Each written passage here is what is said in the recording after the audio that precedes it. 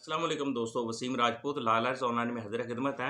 आज का जो टॉपिक है वो दोस्तों, अगर कोई शख्स किसी मुकदमा में राज़ीनामा कर लेता है, आया कि उसके बाद दोबारा केस फाइल कर सकता है या नहीं, इस बारे में डिस्कशन करेंगे। लेक्चर को शुरू करने से पहले रिक्वेस्ट करूँगा, चैनल को सब्सक्राइब कर लें, बेल आइकन को क्लिक कर लें और जैसे ही इधर से वीडियो अपलोड हो, आप इस कानूनी रहनुमाई से मुस्तफ़ीद हो सकें। इस लेक्चर को शेयर भी करें, बेतहाशा लोग बेचारे जिनको इस कानूनी रहनुमाई का नहीं पता, ताकि इस कानूनी रहनुमाई से मुस्तफ़ीद हो सकेंगे।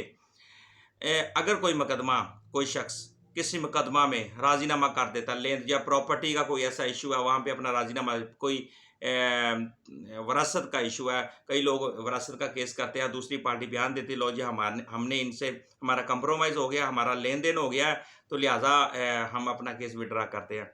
तो इस तरह का लोग जो अगर कोई शख्स अपना अदालत के अंदर बयान देता है, अदालत उस पे सैटिस्फाइड हो जाती है और ऑर्डर कर देती है, तो उसके बाद बाद में वो शख्स कहता है, लो जी मेरी तो इससे 2 लाख की बात हुई थी, इसने मुझे 2 लाख कहा था, मैं आप दे दूँ, मैं सिर्फ़ इस पे एतबार होते हुए मैंने केस किया था और बाद में ये बंदे ने मुझे कुछ भी नहीं दिया, मुनर्रफ़ हो गया।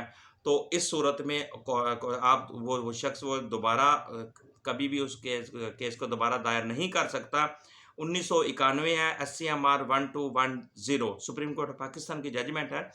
इसमें ये है कि इसमें भी ये जजमेंट बड़ी खूबसूरत है। इसमें भी ये कहा गया था कि कंप्रोमाइज़ भाई थे, एक भाई ने प्रॉपर्टी ली थी, दूसरे भाई ने यानी वहाँ पे कंप्रोमाइज़ उनका आपस में हो गया था, इनहेरिटेंस थी, विरासत थी।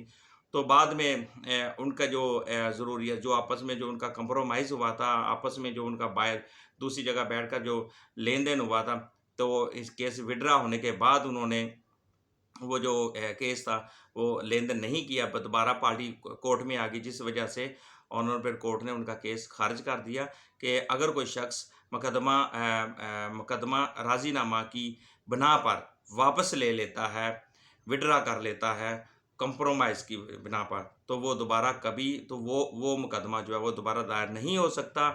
1991 SCMR 1210। मुझे अपनी दुआ में दोस्तों याद रखिएगा। अस्सलाम वालेकुम।